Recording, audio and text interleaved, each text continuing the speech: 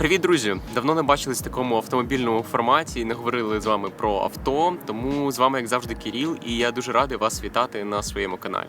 Я впевнений, що багато хто з вас взагалі підписався на цей канал тільки тому, що побачив ось цю машину позади мене, Audi e-tron GT. А сьогодні хочу розказати вам про майже вже 2 роки володіння цим авто, чому його неможливо продати і чому, скоріш за все, воно зі мною ще доволі надовго. Але, по-перше, давайте так, усі думки, що будуть тут озвучені мною, це лише мої думки, вони можуть співпадати з вашими, можуть не співпадати з вашими. Я завжди відкритий до дискусії в коментарях, тому обов'язково пишіть те, що думаєте про те, що я зараз вам розкажу. А перед нашою розмовою не забувайте підписатись на мій канал, я впевнений, що це відео має вам сподобатись. Полетіли. Давайте почнемо з дуже далеку, почнемо з такої ностальгії 2000-х, тому що я впевнений, що ви мене зараз зрозумієте. Основна ця мого каналу – це хлопці, чоловіки від 25 до 45 років, які були, виходить, народжені десь в 90-х, і я впевнений, що ви мене зрозумієте. У кожного з нас любов до автомобілів була привита якось особливим чином, так? Можливо, для когось це були наклейки чи картки з цигарок Marlboro і Winston, для когось це були перебивачки з жувачок, якісь мото і автожурнали і так далі. Але я впевнений, що у пацанів з 90-х точно є 2 основних стовпа, через яких ви полюбили автомобілі. І це, звичайно, серія ігор Need for Speed і фільми «Форсаж» Fast and Furious. І давайте трошки більше поговоримо про Most Wanted та Carbon. Мені здається, це 2 найкращі гри в цій серії, які 100% максимально сильно вплинули на все автоком'юніті. Я от як зараз пам'ятаю, 2005 рік, як тато подарував мені диск із Most Wanted, тоді ще Black Edition, як я дуже довго не міг його встановити і просто пограти, тому що не вистачало якогось файлу D3X30DLL, який був частиною DirectX. І от який був квест просто знайти цей файл, знайти DirectX 9 і просто пограти в Need for Speed Most Wanted. Але от саме мені чомусь найбільше запам'ятався саме Carbon. Не можу сказати точно чому. Можливо, це тому, що він так дуже сильно прикликався з Форсажем, можливо, це через нічні гонки, можливо, через дріфт, а можливо, через одну особливу машину, а саме Audi R8. Тоді ще вона називалась Le Mans Quattro. І ці обидві серії прям насипали великою кількістю класних автомобілів, але саме в Carbon було розподілені на 3 основні групи: це тюнінг, масл та екзотика, що в принципі перекликалось з японськими автомобілями, американськими та німецькими, європейськими, коротше кажучи. І мені здається, на той момент це був якийсь пік автопрому. У кожній категорії були свої якісь яскраві представники. Наприклад, в маслкарах це були старі чарджери, челенджери, корвети, мустанги, звичайно. В тюнінгу це, звичайно, моя перша любов Mazda RX-8 на двигуні Ванкеля алюмініуму, Mazda RX-7, Subaru Impreza, Nissan 350Z, Skyline. Ну і в категорії екзотика це, звичайно, були 911, Cayman, Lamborghini Gallardo, та сама Audi R8, Lotus і, коротше, так далі. Усі ці машини дуже глибоко живуть в моїй пам'яті, і якщо в мене була можливість мати необмежений гараж, то я впевнений, що багато саме з цих автомобілів в ньому опинилися. А тепер перемістимося у 2010-ті. Серія ігор Need for Speed разом із фільмами «Форсаж» потрохи йдуть на дно, забираючи з собою весь світовий автопром. А великі атмосферні двигуни у цілях економії та екології переходять на турбіни. І мені здається, що з цієї трійки класів, екзотики, маслкарів та тюнінгу найбільше постраждав саме тюнінг. Тому що, якщо чесно, я взагалі майже не можу пригадати реально класних, достойних японських авто тих років. Перше, що приходить у пам'ять, це, напевно, Nissan 370Z, але він теж був презентований ще на кінці нульових. Звичайно, це Subaru BRZ, Toyota GT86 та Scion FRS, що, по суті, взагалі одна машина, і Honda Civic Type R. І з таких майже суперкарів це, напевно, Lexus LFA. Можливо, були ще якісь класні достойні авто, про які я не згадав, тому обов'язково нагадайте мені в коментарях, але, здається, факт залишається фактом. Класних, крутих японських авто стало менше в ті роки. Ну і приблизно в той самий час виходить той самий славетний Ford Mustang EcoBoost 2.3, про який жартують досі. Тут зараз буде шатаут моєму напарнику по подкасту Артему, який якимось чином ще навіть зміг поставити на нього газ. Водночас з тим доволі різко вистрілили німецькі авто. Мені здається, що саме на 10-ті припав максимальний розквіт серії Audi RS, BMW M та Mercedes AMG, якого не було до цього. Типу так, звичайно, ці моделі були створені набагато раніше, але мені здається, що саме в 10-х стався етап їх максимальної популярності, який тримається і досі. А тепер поговоримо про початок 20-х, який був буквально нещодавно. Багато хто був впевнений, що ми знаходимося на етапі глобальної електрифікації. Tesla ще з минулого десятиріччя випускають моделі S, 3 та X, і в 2020 році представляють модель Y. Починають з'являтися перші швидкісні зарядні станції в Україні, Ava група, Porsche та Audi презентують свої перші два авто, які з самого початку були спроєктовані, щоб бути електромобілями. І ви, звичайно, знаєте, про які два авто піде мова. Чесно вам скажу, я ніколи не був фанатом електромобілів, але в той момент подумав, що якщо виробники зможуть створити дійсно хороші моделі, то, можливо, ми дійсно побачимо новий дивний світ з електромоторами, а не двигунами внутрішнього згорання. І, напевно, найбільше у це повірили самі європейські виробники авто, які пообіцяли до кінця 2035 року повністю відмовитись від двигунів внутрішнього згорання. Але до цієї обіцянки ми повернемо ще трохи пізніше. А тепер давайте повернемося у наш час і подивимося, що з цього вийшло, а скоріше не вийшло. Почнемо з того, що на ринок авто вийшов абсолютно новий гравець, а саме Китай, який до того майже ніяк не конкурував з європейцями, американцями та німцями. І як так сталося? Китай початково не міг конкурувати з американцями чи німцями у створенні власного двигуна внутрішнього згорання, тому зелена хвиля виявилась ідеальним часом для виходу на новий ринок. І поки німецькі виробники повільно переставляли виробництво на електричні рейки, китайські швидко залетіли на цей новий ринок зі своїми дешевими пропозиціями. І повірте, я працюю у німецькій компанії, і ця німецька бюрократія, повільність і неможливість адаптуватись до змін дуже сильно недооцінена. Чому ж китайські авто такі дешеві? Насправді цьому є багато причин, але давайте перелічу основні. Перше, це дешева робоча сила і неможливий графік на 60-80 годин на тиждень. Прості китайські роботяги отримують приблизно $2 за годину і працюють 72 години на тиждень, і це непомірно мало, порівнюючи навіть з українськими реаліями. А німецькі робітники працюють приблизно в 2 рази менше і отримують десь разів в 10 більше. І, звичайно, ці витрати на виробництво обов'язково закладають цю вартість. І другий, напевно, найважливіший факт – це те, що у Китаю є власний доступ до родовищ, які знаходяться в Конго та інших африканських країнах, де добувається нікель, кобальт, літій і так далі. Як ви могли зрозуміти, для електромобілів найважливішою складовою є, звичайно, батарея. І поки у Китаю є власний доступ до цих матеріалів, європейці мають скуповувати їх за ринковими цінами. Ну і третій, не менш важливий факт – це те, що більшість китайських виробників є дотаційними, тобто вони постійно отримують допомогу від комуністичної партії Китаю. Тому, в принципі, можуть собі дозволити працювати в мінус, поки не вийдуть на якусь собі окупність. Ну і просто погляньте на топ-5 нових електромобілів по обсягам продажу в Україні.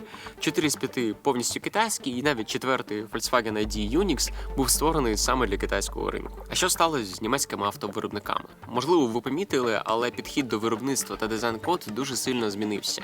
І всі автомобілі провідних німецьких преміум брендів все більше виглядають, наче вони створені для азійського ринку, а не європейського. І насправді так і є.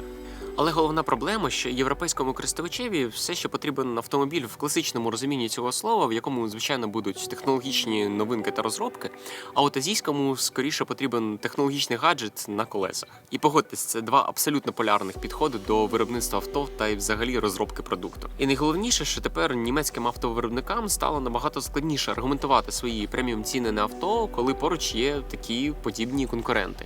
І це насправді доволі сильно вплинуло на якість матеріалів авто. Якщо пам'ятаєте, приблизно рік тому я робив огляд Audi RSQ8 та S6 e-tron, і вже тоді я помітив величезну прогалину між e-tron GT та S6 e-tron у якості матеріалів, банально від якості матеріалів ключа та пластику на дашборду і закінчуючи шкірою та її якості теж. Але ви спитаєте мене, для чого була потрібна уся ця розповідь. Насправді я хотів, щоб ви просто подивились на всю цю історію з вибором авто моїми очима. Для мене автомобіль ніколи не був засобом для пересування, для мене це було продовженням самого мене, мого стилю і, можливо, навіть моїх принципів і підходів до життя. Раніше мені дуже сильно імпонувала вся ця історія Audi і їх слоган «Vorsprung durch Technik» – перевага завдяки технологіям, і взагалі інженерна складова та бачення цього автовиробника, але я розумію, що з кожним роком воно все менше відповідає дійсності. І тим не менш, якимось чином я продовжую обожнювати цей бренд, і, напевно, завдяки Audi та Porsche я теж повірив в глобальну електрифікацію, і вони підсадили мене на цю електричну голку. Маю прояснити, я ніколи не був проти автомобілів із ДВЗ і, напевно, ніколи не буду, але просто із віком та досвіду змінились пріоритети до авто. Коли мені було 20 років, я теж хотів, щоб моя машина просто дубасила відсічку, було чутно вихлоп, було чутно двигун і гучну музику. А тепер я постарішав, моя префронтальна кора мозку сформувалась, мені це більше не потрібно. Мені потрібне просто надійне, комфортне преміум авто, яке буде класно керуватись, яке буде оснащене останніми технологіями і при цьому не перетвориться на гаджети з колесами. І, звичайно, це має бути авто, на яке я буду щоразу озиратись, коли паркуюсь. І це прям пріоритетна задача. І ось тут треба віддати належне. ВАГ створили абсолютно новий клас авто, давайте умовно назвемо його електричний Gran Turismo, в який входить буквально два представники. Це e-tron GT та Taycan.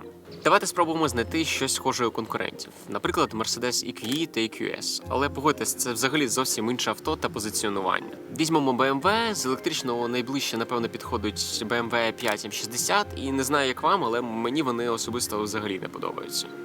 З американського це, напевно, лише Tesla Model S Plaid. Так, вона, скоріш за все, більш швидка, але точно не така керована. Ну і взагалі це зовсім інша філософія. І, власне, з тих самих думок не підійшла б Xiaomi SU7, це зовсім не моє. Отже, виходить, я заручник цього класу електричного Gran Turismo, і є сенс розглядати лише e-tron GT та Taycan, але наступного покоління. І ось тут ми згадуємо про ще одну фішку у преміум електричок. Це те, що кожні секунди вони втрачають у ціні, і автовиробники взагалі нічого не планують із цим робити. Конкретно ось ця машина ще в 2022 році новою коштувала приблизно $110 000, а в 2024 я купив її за 68. Тобто лише за 3 роки вона втратила в ціні майже 40%. І зараз, у 2026 році, мені б дуже сильно пощастило, якщо я зміг би продати її за 55, і те лише тому, що це офіційна українська машина, тому що поруч на авторія стоять конкуренти за 40-45 з Америки. До чого я це веду? Знаєте, скільки зараз коштує рестайлінговий e-tron з мінімальним пробігом? Всі ті самі майже $100 000. І знаєте, що там нового в порівнянні з цим e-tron? Майже нічого. Ну добре, насправді є декілька нових моментів, і я зараз вам їх озвучу. Збільшений запас ходу, більш швидка зарядка, більше кінських сил, панорама, що має електричне затемнення, адаптивна підвізка, що сама підіймається і опускається. І по суті все. Більший запас ходу, різниця там не радикальна. Батарея збільшилась на 12%, і це не додаткові 1000 км, а можливо 50-70 км реального запасу ходу, а не ідеального на картинках. Audi заявляла, що ось цей e-tron має проїжджати 490 км, але це абсолютно вигадані цифри. Можливо, він би дійсно проїхав би так, якщо його залишити десь на верхівці Говерли і ось так спускати серпантином униз. Тільки в цих умовах я б реально проїхав би 490 км. А так, справжній реальний запас ходу по місту, а не лише трасою, це десь 320-350 км. І я впевнений, що в рестайлінга буде не більше 400-450 запасу ходу. Ну добре, а що ж там по швидкій зарядці? Насправді в Україні майже досі немає швидкісних зарядок, які могли б використати потенціал навіть до рестайлінгу. Більшість зарядок в Україні, які я зустрічав, по місту це 120-180 кВт потужності, і десь за містом на трасах це 240 кВт. І повірте мені, цих 240 кВт вистачає буквально з головою. За 15 хвилин ви заряджаєтесь на 60, 70, 80% і далі їдете по маршруту. Тому ось це підвищення потужності доволі номінальне і навряд чи буде потрібне в реальних умовах. Тим більше, як ви бачите, зараз я планую переїзд у свій таунхаус, і, скоріш за все, 95% випадків я буду заряджатись від найповільнішої зарядки від мережі. Збільшена потужність. Теж, якщо чесно, доволі сумнівне покращення, тому що зараз лише за допомогою чіп-тюнінгу можна додати ще 200 конячок і зробити 730 кінських сил прямо на цій моделі. І всього лиш там за 500-600 євро. А ось панорама та адаптивна підвізка – це дійсно круто, але в новому авто цього може просто не бути, тому що вони доступні лише за опцією. Ви скажете, менше пробіг і так далі, але єдине, що зазнає найбільшого стресу в електромобілі – це, звичайно, батарея. І ось повністю свапнути її можна приблизно за $10 000. І навіть це робити не потрібно, тому що навіть якщо батарея сильно деградує, достатньо поміняти лише оці деградовані розряджені комірки, які коштують приблизно $300 за одну штуку. Тобто, щоб ви розуміли, на різницю у вартості між рестайлінгом та дорестайлінгом можна повністю поміняти батарею, обслужити основні вузли, такі як гальма і ходова частина, і на різницю купити, наприклад, Audi TT або S3. Більше скажу, за $40 000 я навіть знаходив ту саму стару легендарну Audi R8 з двигуном 4.2 атмосферним, тому тут теж є про що подумати. Тому що вам сказати, допоки різниця між рестайлінгом та дорестайлінгом не буде складати хоча б $20 000, або я не стану мільйонером і взагалі не буду турбуватись про такі прості речі, як гроші та депреціація вартості авто, я буду залишатись вірний цьому автомобілю. Тим більше, що він не доставляє мені жодних проблем чи поломок і взагалі доволі надійний. А якщо вам цікаво дізнатись про обслуговування, вартість володіння цим авто та експлуатацію взимку, то відео про це вже теж є на моєму каналі. Ну і звичайно прикольно те, що саме ця машина стала якимось символом мого YouTube каналу, і багато людей знають мене просто як Кирил e-tron. Так, насправді саме від вас залежить, як швидко я стану мільйонером, тому якщо вам сподобалось це відео і такий формат, обов'язково ставте лайк, пишіть коментарі та підписуйтесь на мій канал, тому що все це дуже сильно допомагає розвитку каналу. Ну, якщо вам прям дуже сильно подобається мій канал та відео, що я на ньому знімаю, обов'язково натискайте на кнопочку стати спонсором. Окрім того, що ви найпершими будете отримувати доступ до всіх моїх відео, то також ви отримуєте доступ до ексклюзивних відео на моєму каналі, додаткових, які є лише у спонсорів, а також доступ до чатику, де ми обговорюємо автомобілі, програмування, технології і так далі. Тому, якщо ви шукаєте якесь класне, цікаве, корисне ком'юніті, це для вас. Ну а з вами, як завжди, був Кирил. Дякую, що додивились відео аж до цього моменту, і бувайте!